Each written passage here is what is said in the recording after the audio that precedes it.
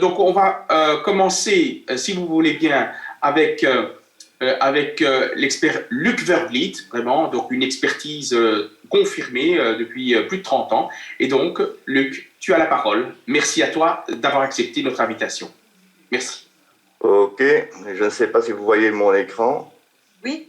Parfaitement. Voilà, je vais agrandir.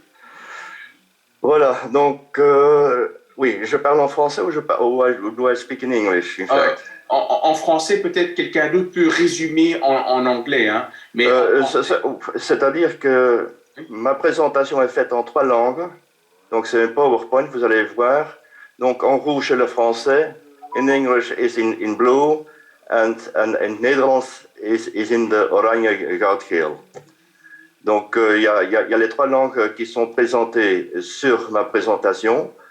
Je pensais donc l'expliquer en anglais parce qu'on m'a demandé de le faire en anglais, mais je vais bien le faire en français, ça ne me dérange pas du tout. Oui, parce que la plupart des auditeurs ici sont francophones, en fait, en réalité. Ben, ok, ben voilà.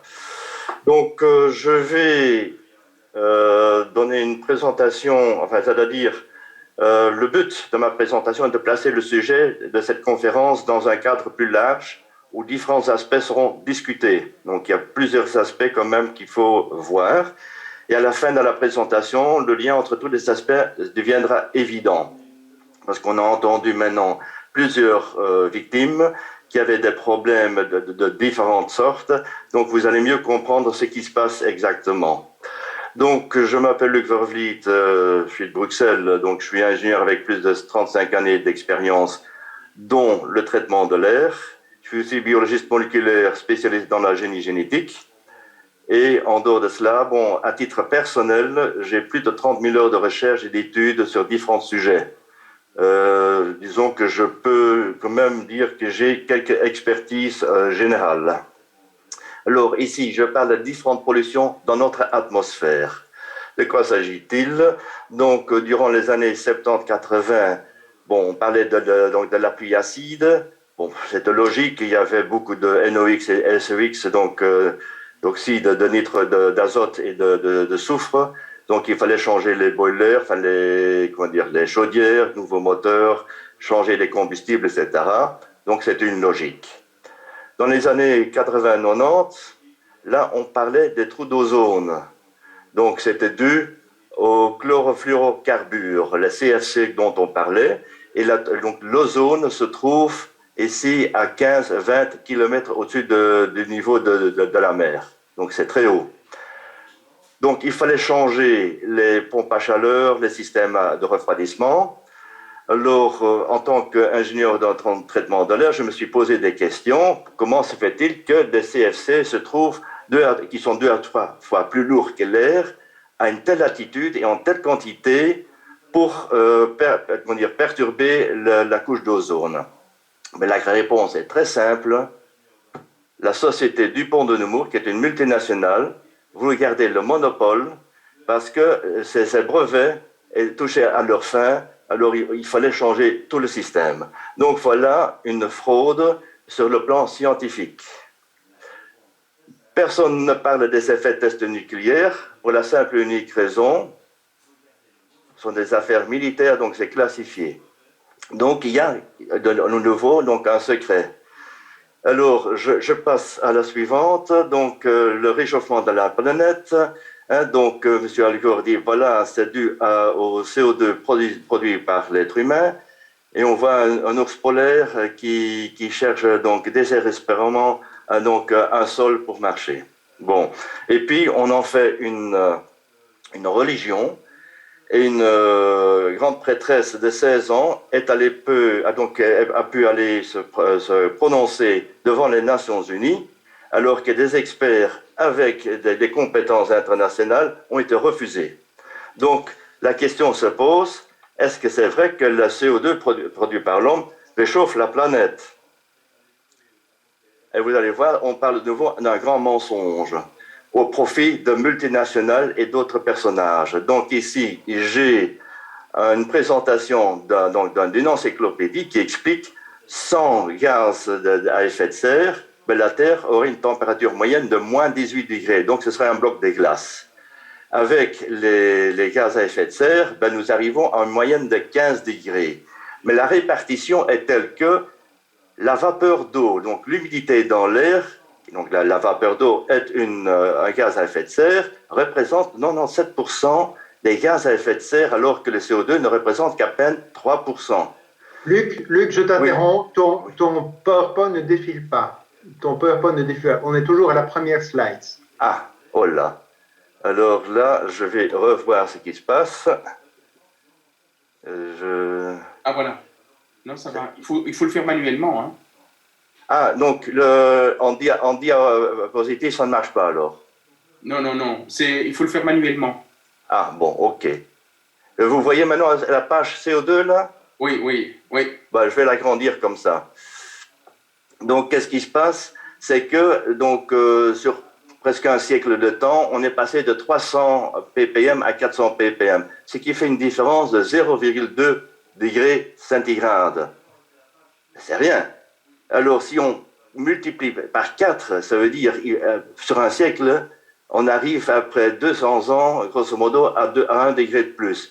Donc, on ne parle pas de 5 degrés comme la GIEC ou l'IPCC en anglais l'annonce. Donc, pourquoi?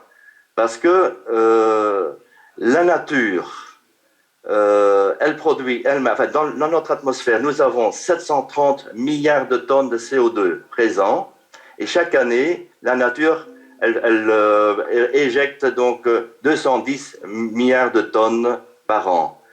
L'être humain en produit 7 à 10 milliards de tonnes par an, ce qui veut dire que l'homme produit moins de 5% de CO2 ce que la nature produit chaque année. Donc on parle de 0,15%. Et ici, je montre donc, ce qui était donc, connu à l'époque, dans les années 60 et jusqu'en 95, il y a des périodes d'eau chaude et des périodes de froid. Donc il y a un changement climatique régulier, non dû au CO2, mais au changement donc, solaire et éventuellement notre présence dans la galaxie. Je passe à la page suivante. Ben voilà. Non. Bon, ça sera un peu plus difficile. Il est lent aussi, apparemment. OK, voilà. En 2016, on parle d'air irrespirable. Donc là, maintenant, on attaque les voitures. Bah, oui, bon, là, j'ai un problème. Dans le PowerPoint, attendez, je vais le faire sur cette page-ci. Voilà. Donc, on voit que on se concentre sur la grandeur des émissions, des microparticules. Par contre, ce qu'on ne raconte pas, c'est que, vous voyez la deuxième image? Le bateau? Non, on ne voit pas le bateau. Non. Ah, bon, non, on ne le voit pas, Luc, on ne le voit pas. Bon, le problème, c'est que je vais devoir changer comme ça, alors, voilà. Donc, les navires, les 16 plus grands navires produisent plus de pollution, CO2, etc., que tout le parc de voitures dans le monde. Et il y a des centaines de navires de ce genre.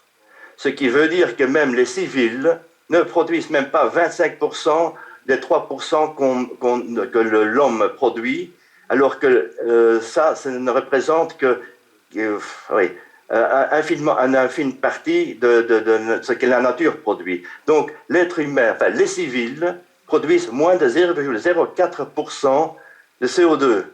Et quand je mets ceci en place, l'objectif 13 de l'agenda 2030, donc l'agenda 2030, c'est que soi-disant pour l'écologie, la Convention cadre des Nations Unies sur les changements climatiques pour mobiliser 100 milliards de dollars en impôts à payer par les civils. De l'argent qui ne servira jamais à la cause écologique et qui est une réelle escroquerie parce que les gens ne se rendent pas compte de ce qui se passe. Donc, est-ce qu'on parle d'une diversion pour cacher autre chose? Ben oui. Voilà. Alors, il y a d'autres pollutions qui méritent toute notre attention. D'une part, les chemtrails, d'autre part, les ondes électromagnétiques. Je passe à la page suivante. Donc, les contrails. Les contrails, ça veut dire, ce sont des traces de condensation. D'où vient cette condensation? c'est de la combustion du kérosène, donc des carburants des avions. Et le kérosène est un hydrocarbure, comme vous voyez ici. Ce sont des chaînes de carbone et d'hydrogène. Donc, la combustion, ça veut dire l'oxydation des hydrocarbures. Donc, le carbone et l'hydrogène se mettent ensemble avec l'oxygène pour produire du CO2 et de la vapeur d'eau. Le CO2, c'est un gaz qui mélange facilement à l'air et qui est invisible. Tandis que la vapeur d'eau, une fois que ça sort de l'avion, on voit ces traces et après 15 à 20 secondes, les traces disparaissent. Et là, je vais vous expliquer le pourquoi. Si ça bouge, ben voilà. Ok, bon. Malheureusement, ça ne marche pas en format dia, mais je vais cacher un petit peu les choses ici, parce que c'est pas évident.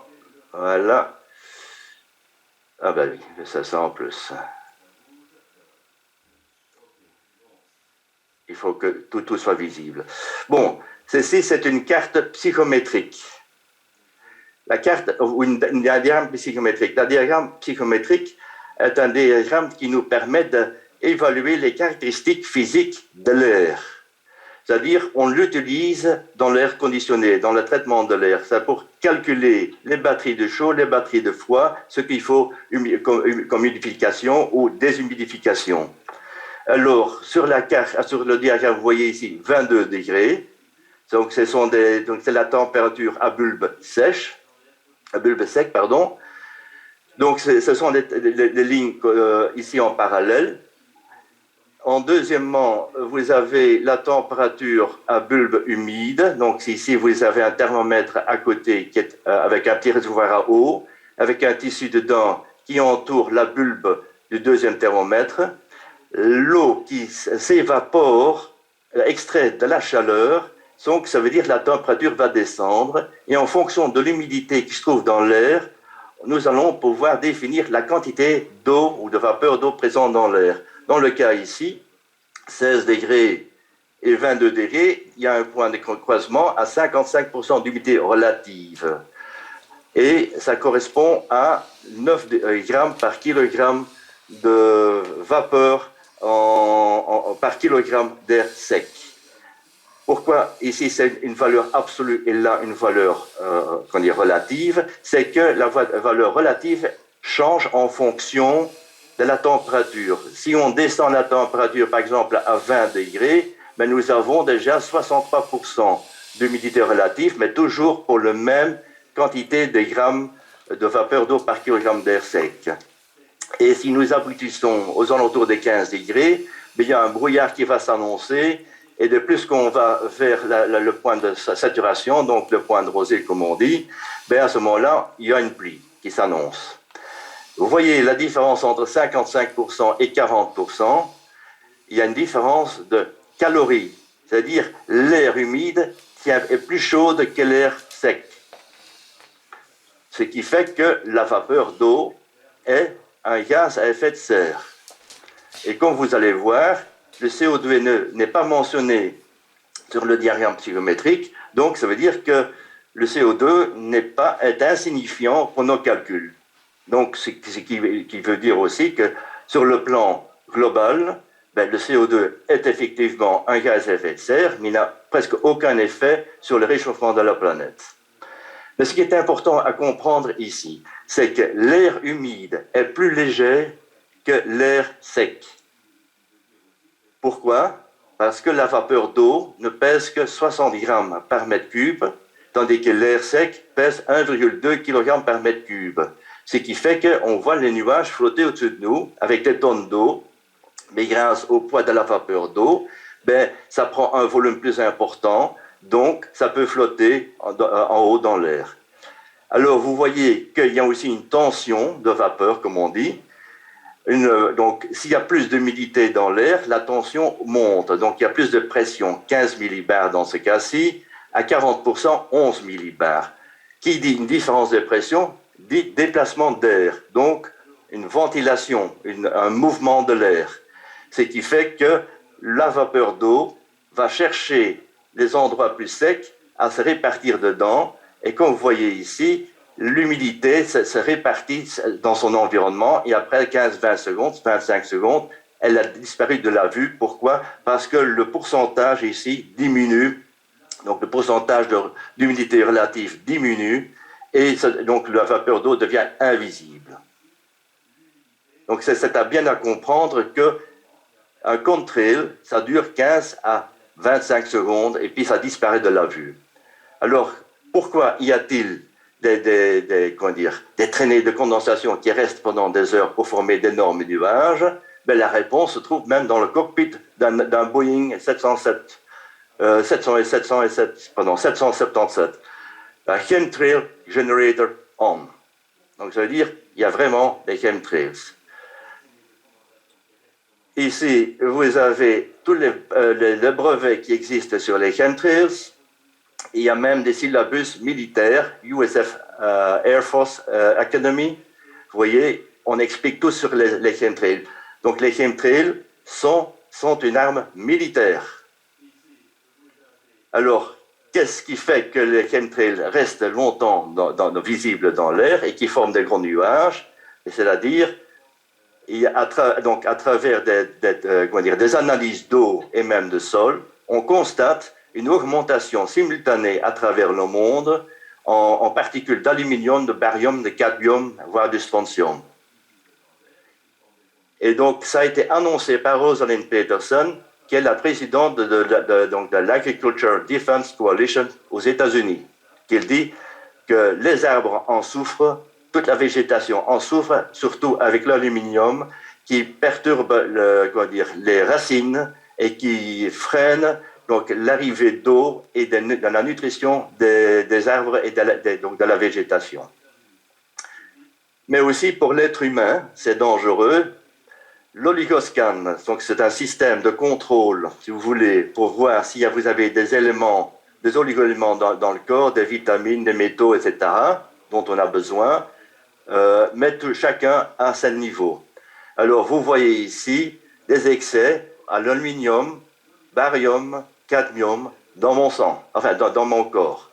J'ai demandé à la personne, et même aux deux personnes qui ont fait des oligoscans, est-ce que vous pouvez vérifier si tout le monde, on a les mêmes problèmes, donc les mêmes excès, et ils sont étonnés que pour les produits, enfin les métaux comme l'aluminium, le barium et le cadmium, ben, il y a un surplus, un excès qu'on puisse constater dans les tests. De même au niveau du sang. Donc une analyse de sang qui a été faite en Espagne, ben, on voit pour l'aluminium, donc 1851,39 nanomoles par litre, et ça devrait être inférieur normalement à 555. Ce qui fait que, effectivement, ça confirme qu'il y a quelque chose dans l'eau ou dans l'air qui augmente ce taux de métaux lourds. Alors, les chemtrails, qu'est-ce qu'ils font? Ben, les photographes d'époque mesuraient toujours l'intensité de la lumière, mais ils constatent que le diaphragme a diminué de 2 à 3, ce qui est énorme. Ça veut dire que la photosynthèse diminue, et la photosynthèse, elle transforme le CO2 en carbone et en oxygène. Donc ça veut dire qu'on ralentit ce processus à cause des chemtrails. Les chemtrails, qui sont aussi des gros nuages, ben, ils forment une couche de protection et font en sorte que la Terre n'arrive pas à perdre sa calorie, son énergie calorifique vers le cosmos. D'autre part, les chemtrails résultent aussi en dégradation de notre état, donc aussi bien le corps que notre cerveau, par manque de vitamine D, parce que nous avons besoin de lumière solaire pour générer nous-mêmes la vitamine D, alors qu'avec les chemtrails, on diminue fortement cette capacité. Mais y a-t-il encore une autre raison pour pulvériser des chemtrails? Oui. Nous arrivons maintenant aux ondes électromagnétiques. Et là, nous rapprochons finalement de ce qui se passe avec les victimes. Donc, dans les années 70, les Russes avaient développé, vous voyez ici, à Douga, à 15 km de Tchernobyl, un radar énorme pour vérifier si les États-Unis ne les attaquaient pas avec des missiles. Pour vous donner une idée de l'ordre de grandeur, ceci fait 90 mètres, ça fait 160 mètres et c'est 1 km 200 de long, ou de large plutôt. Donc ce radar était fonctionnel à l'époque et donc en direction des États-Unis. Qu'est-ce qu'ils ont constaté aux États-Unis? Que plusieurs régions aux États-Unis connaissaient un changement climatique drastique, c'est-à-dire qu'il y a eu une sécheresse. Dans les années 80, les Russes ont arrêté, c'est un moment avec Gorbatchev, donc il y a eu un assouplissement, donc ils ont arrêté donc, les intentions agressives entre les deux pays. Et puis les États-Unis ont constaté que lorsque le radar était à l'arrêt, que les conditions météorologiques redevenaient normales. Ça veut dire qu'on peut changer le climat avec des ondes électromagnétiques, mais en combinaison avec les chemtrails, qui contiennent énormément de métaux. Donc c'est un stimulant pour faire passer les ondes.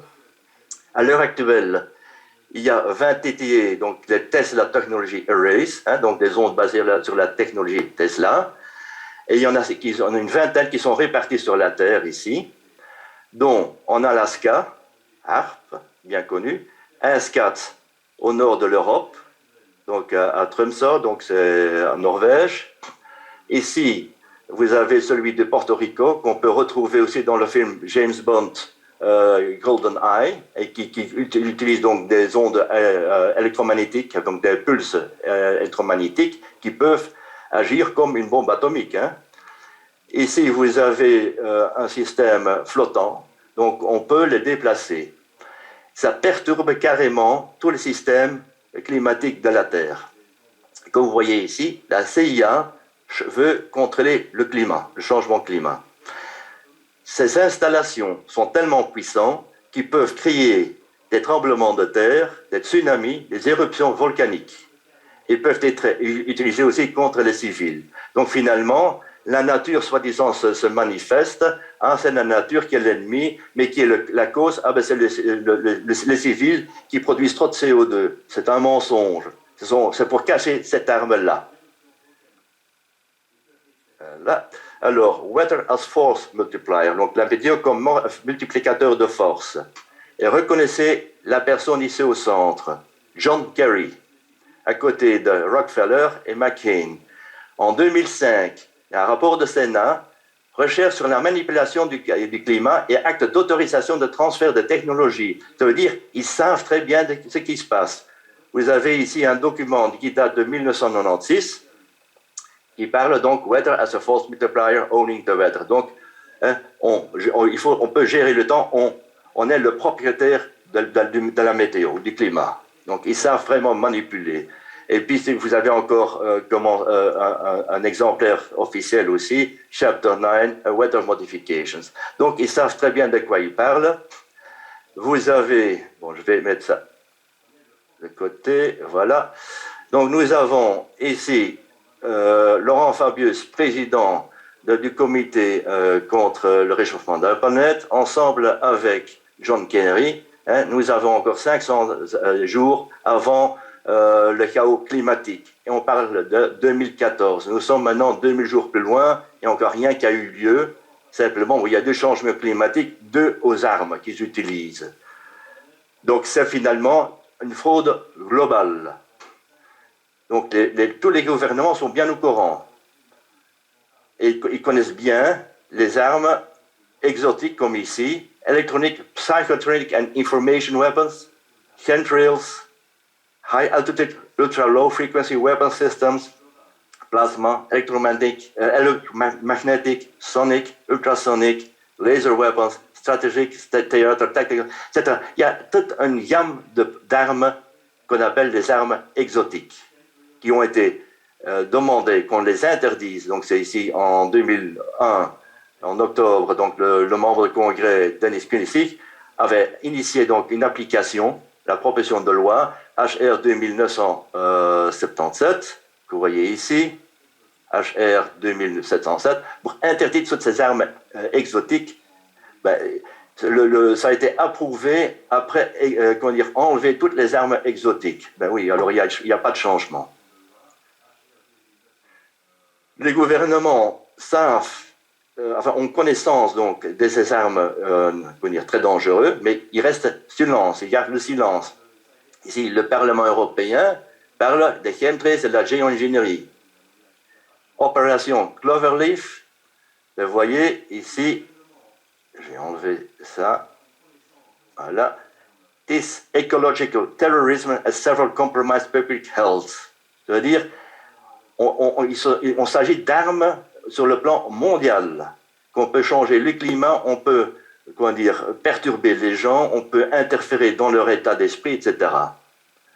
Et pourquoi il y a ce silence? Parce qu'il y a une élite, et quand je dis élite, j'expliquerai un peu plus loin ce qu'il y en est, qui explique qu'en date du 2 octobre donc 1979, Robert McNamara, qui était à l'époque le secrétaire de défense de Nixon lors de la guerre du Vietnam, vous voyez les chemtrails qui projetaient, donc avec Agent Orange. Donc il était le président de la Banque mondiale, et la Banque mondiale est tenue par les Rothschild. Il présidait un groupe de banquiers internationaux. Il commençait l'assemblée comme suit: démarrons avec le problème le plus critique, l'accroissement de la population mondiale, concluant que soit le taux de natalité doit diminuer radicalement, soit nous devons hausser le taux de mortalité. Il existe bien entendu différentes manières de hausser radicalement le taux de mortalité. Dans une ère de thermonucléaire, nous pouvons résoudre rapidement et définitivement ce problème. Donc on parle de génocide. Nations Unies, ECO 92, donc la préparation de l'agenda 21 en 1992. Proposition faite par le sénateur américain Gephardt. L'énorme surpopulation actuelle, donc on est maintenant 15 ans plus loin, maintenant bien au-delà des moyens de la Terre, ne peut pas être résolue par une réduction future du taux de natalité à l'aide de contraception, de la stérilisation ou de l'avortement, mais doit être effectuée dans le présent par une réduction des nombres. Cela doit être fait par tous les moyens nécessaires.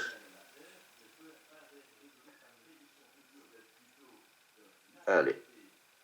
Hop, non. Bon, je vais l'annuler. Voilà. Alors, John Holdren, co-auteur de EcoScience, est conseiller scientifique principal du président Barack Obama. Il déclare l'optimum de la population mondiale, tout comme pour chaque région, et pour arbitrer les différentes actions entreprises par les pays dans leur... Attendez, je me suis... donc oui, voilà, l'optimum de la population mondiale, tout comme pour chaque région, et pour arbitrer les différentes actions entreprises par les pays dans leurs limites régionales. Le contrôle du nombre de la population peut rester sous la responsabilité de chaque gouvernement, mais le régime planétaire aurait un certain pouvoir de faire respecter les limites convenues. Donc là, on met plus la pression pour un génocide mondial. Alors, ce qui est prévu pour le mois de mai 2022, c'est que l'OMS oblige à l'heure actuelle les gouvernements à soumettre leur constitution, donc la constitution du pays, donc c'est-à-dire la loi de base de chaque pays, à la constitution de l'OMS. Comme ça, à partir du mois de mai, l'OMS peut gouverner constitutionnellement tous les pays. Donc, les pays, on peut plus se fier à la justice parce qu'il n'y aura plus de protection par la Constitution. Alors, pour comprendre comment fonctionnent les armes électromagnétiques sur les gens, il faut comprendre la façon de fonctionnement du cosmos et donc de la nature et de toute vie. Alors, l'univers est constitué d'un ensemble de champs magnétiques plasmatiques. Les champs s'y influencent mutuellement, donc des champs circulaires peuvent être observés dans les aimants ainsi que la Terre, comme vous voyez ici. Donc il y a des champs magnétiques, le Soleil, même la galaxie, et ils ont une influence l'un sur l'autre, même sur le plan atomique. Donc vous voyez un atome avec un proton et un électron, mais c'est la même chose que par exemple le Soleil et une planète autour, qui tourne autour. Donc à l'intérieur de chaque atome ou de protons, vous avez une matière qui représente que 4%, une matière noire ou obscure qu'on ne sait pas définir, 24%, et de l'énergie obscure de l'ordre de 72%. Ça reste en mouvement parce que c'est magnétique, ce qui fait que, par exemple, pour nous, la Terre, elle bouge sur son axe, mais la Lune, elle tourne aussi, et comme les autres planètes, pour vis-à-vis, donc, par exemple, les lunes de Jupiter, ben, elles tournent autour de leurs axes parce que le centre de Jupiter tourne aussi. Donc, la nature cherche toujours un équilibre sur le plan électromagnétique. Alors, vous avez ici quelques atomes, donc une molécule, donc le carbone, l'oxygène, l'hydrogène et donc l'azote. Ben, c'est une molécule de base qu'on appelle des acides aminés. Ceux qui connaissent un petit peu la chimie vont dire, ben voilà, à un certain moment donné, il y a un équilibre où se trouvent tous les atomes l'un vis-à-vis de l'autre. S'il y a un perturbateur, une onde par exemple, ben, les atomes se déplacent dans la molécule. Ce qui veut dire que la molécule n'a plus les mêmes caractéristiques physiques que dans son situation naturelle. Donc on perturbe la structure. Non seulement au niveau moléculaire, mais on peut le constater aussi sur le plan atomaire. Donc, par exemple, tout le monde sait que l'atome carbone est un très bon conducteur. Prenons le graphite. Mais ce même carbone peut aussi devenir du diamant. C'est tout à fait la même chose, le même atome, mais avec des caractéristiques physiques tout à fait différentes. Ça veut dire que le graphite qui est un bon conducteur, tandis que le diamant, lui, est un bon isolant. Ça veut dire, pour quelqu'un qui est dans l'informatique, il va dire, oui, c'est on-off, 1, 0, donc il y a une façon de mettre de la mémoire quelque part. Bon, ici, je représente encore l'être humain avec ses chakras, etc. Donc, ce sont tous des champs magnétiques. On voit des champs magnétiques autour d'une main, même sur des feuilles. Donc, toute la nature est basée sur des champs magnétiques dynamiques. Et si on commence à perturber avec d'autres champs magnétiques, ça veut dire qu'on perturbe le fonctionnement du corps. Donc, comme je vous ai expliqué tout à l'heure, les experts, les informaticiens comprennent immédiatement le système des bits, hein, donc 1, 0, on-off, hein, isolant conducteur, c'est-à-dire notre cerveau peut stocker de nombreuses informations par ce principe. Il en est de même pour le système nerveux que vous voyez ici, voilà, et donc des connexions entre eux se font par des connexions entre guillemets électriques, mais qui sont entourées d'isolants, le myeline, que chez nous, donc si vous avez un système électrique, un câble électrique, il y a le câble conducteur et autour vous avez l'isolant.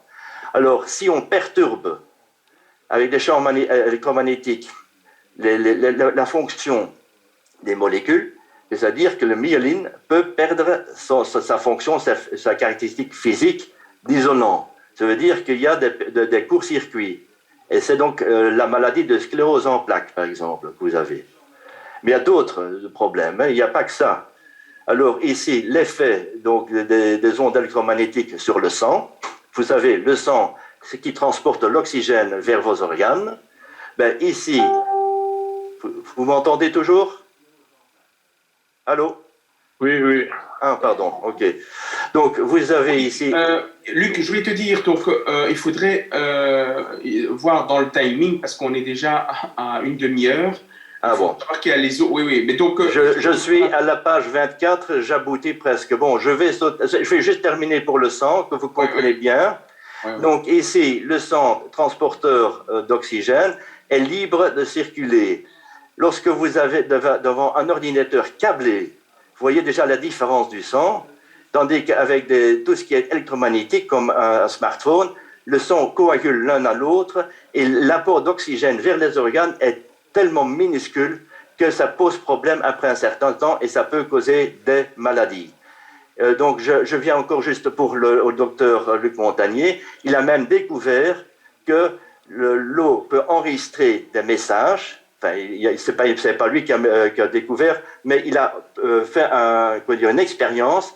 Il a enregistré les vibrations d'un virus il les a transmis à travers un email vers un collègue en Italie, et on l'a reproduit, donc des vibrations à l'aide d'applications électromagnétiques, paf, on le génère autre part dans le corps humain. Donc, à travers des systèmes donc, de GSM, de mobilephones, de smartphones, etc., on peut créer des maladies chez les gens volontairement. C'est-à-dire, on peut leur lancer des pandémies à cause de ça. Alors, vous voyez les enfants, donc ils sont soumis à tout. Pour eux, tout est normal. Il faut préserver les enfants et leur avertir qu'ils ne soient pas accros à tous ces appareils. Tous les satellites autour de la Terre, ici en 65, c'est Telstar, c'était la première satellite. Maintenant, il y a des milliers de satellites avec des ondes électromagnétiques vers nous.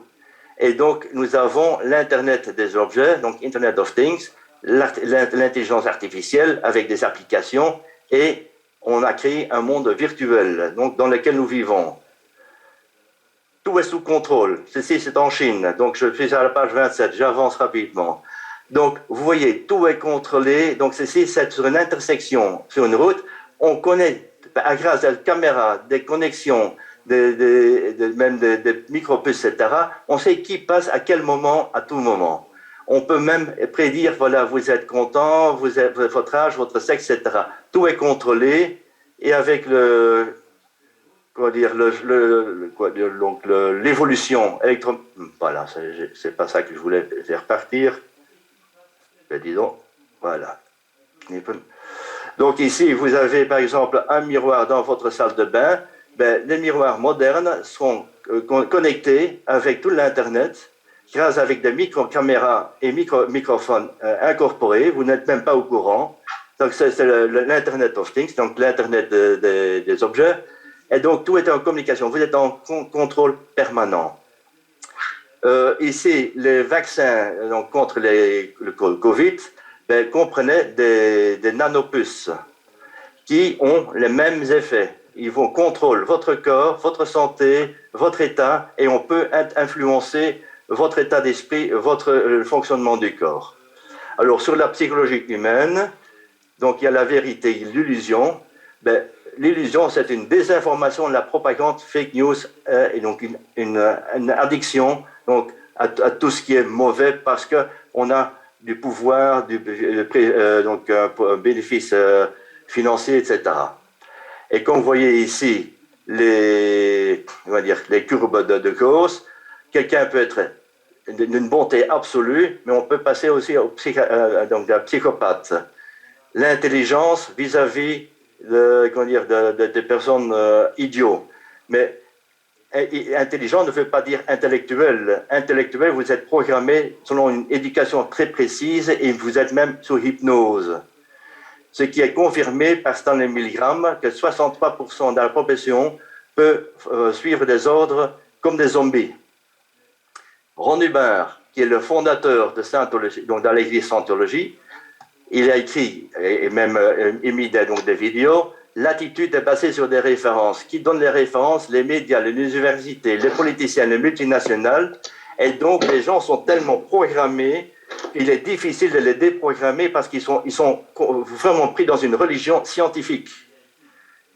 Et donc, là, ce sont là les personnes dangereuses pour vous, qui peuvent vous agresser, qui peuvent vous harceler et torturer à distance. Alors, oui.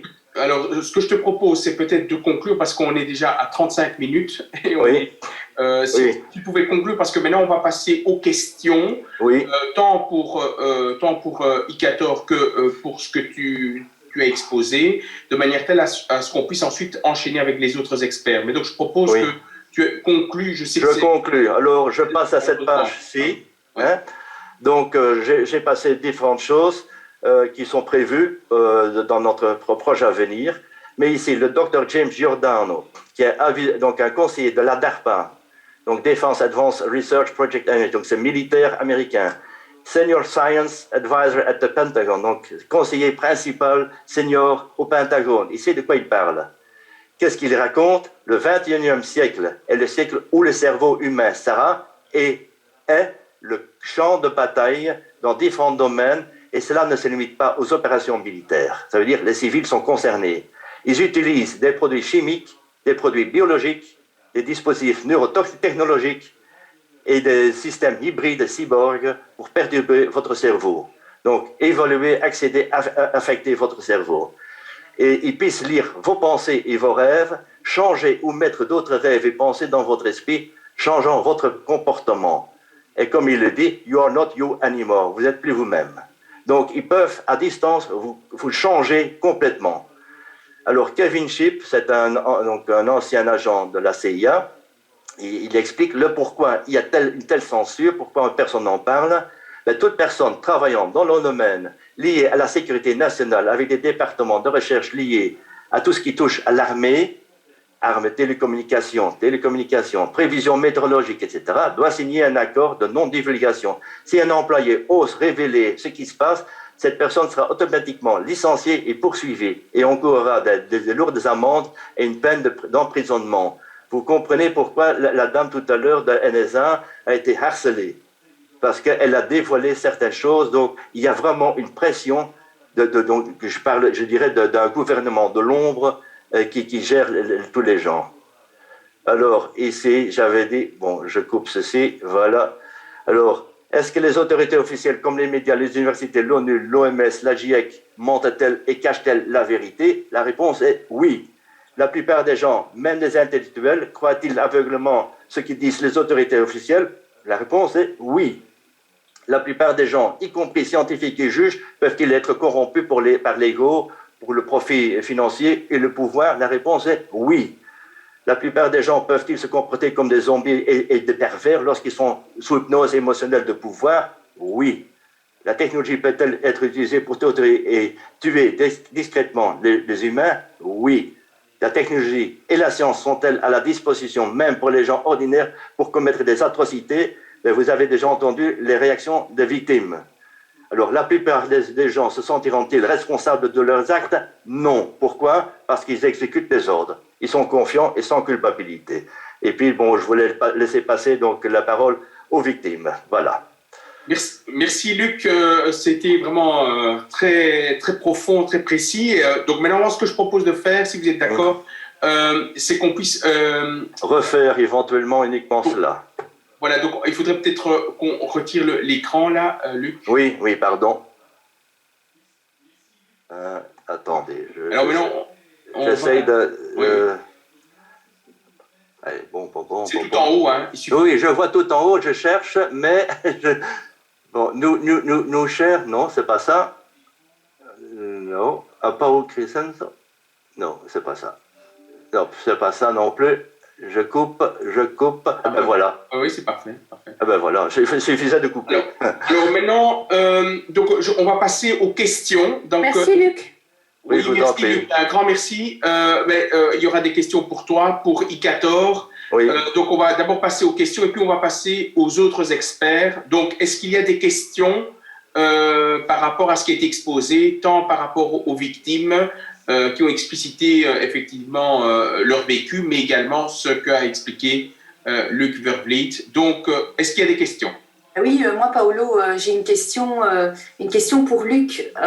Donc voilà, donc si Luc pouvait m'envoyer la référence quand il indique qu'en mai 2022, donc l'OMS obligera donc les gouvernements de tous les pays à soumettre la constitution donc de leur pays à la constitution de l'OMS.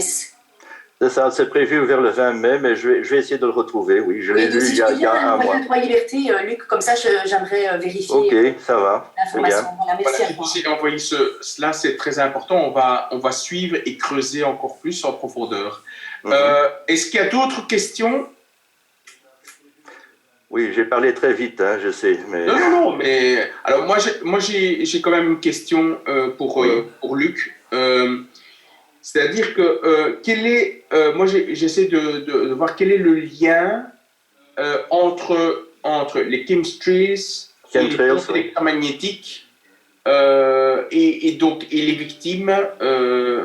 Ça, c'est une première question. Et alors, la deuxième question qui me turlupine vraiment, c'est de savoir comment est-ce possible que ces armes électromagnétiques peuvent s'exercer à l'égard de personnes en mouvement sans qu'il dispose, disons, de connexion dans le corps, en fait. C'est-à-dire comment ça se fait qu'on est dans la rue ou on est à un endroit précis et alors cette arme peut localiser précisément cette personne et pas quelqu'un d'autre. Ça, c'est la question. Il y a...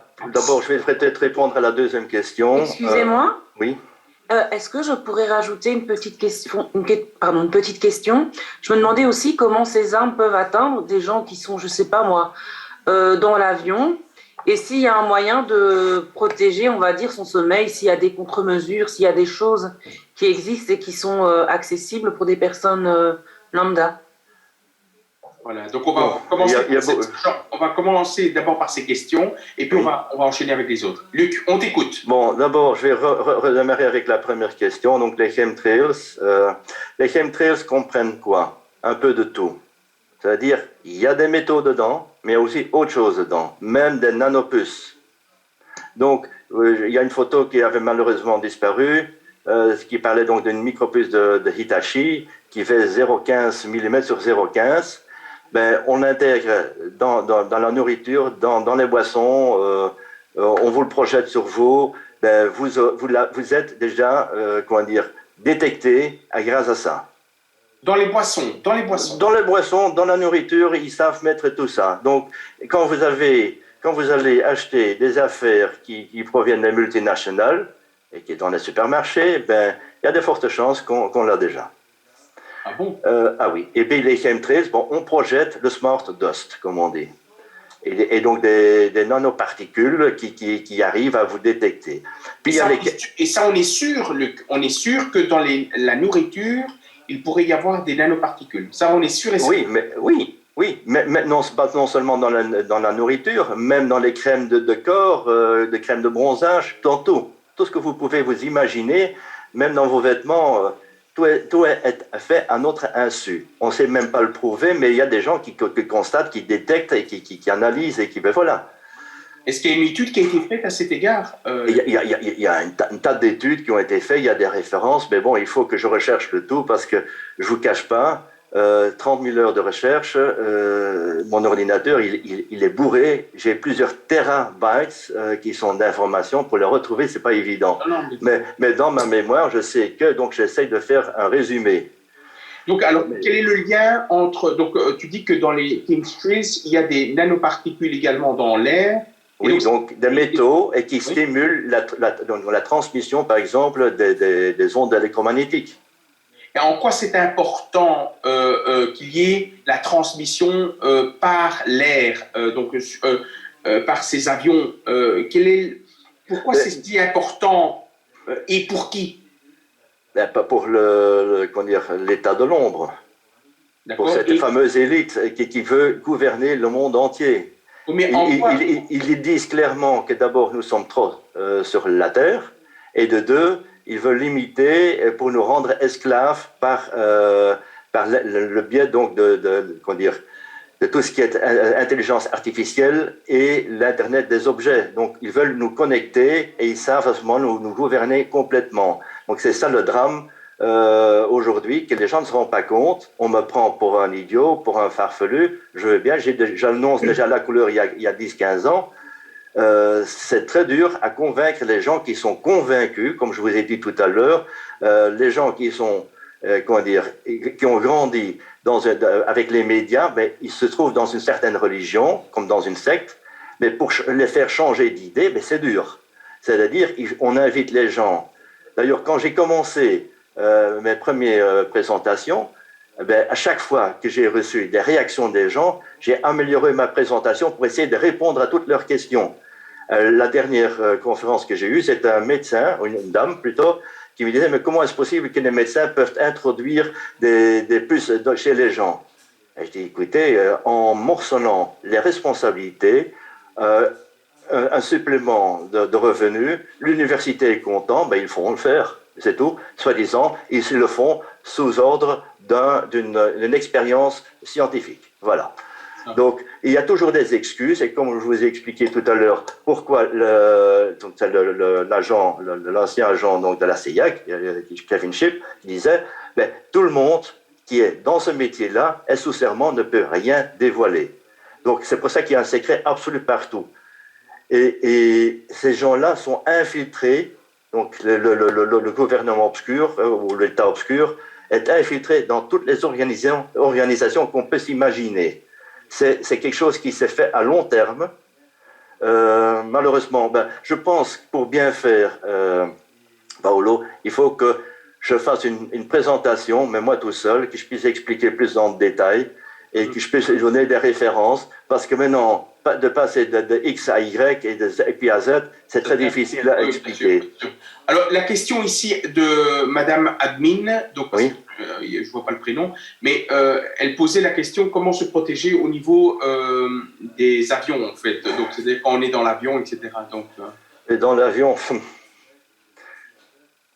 et là, il faut vraiment des spécialistes qui connaissent au niveau des ondes électromagnétiques comment se protéger.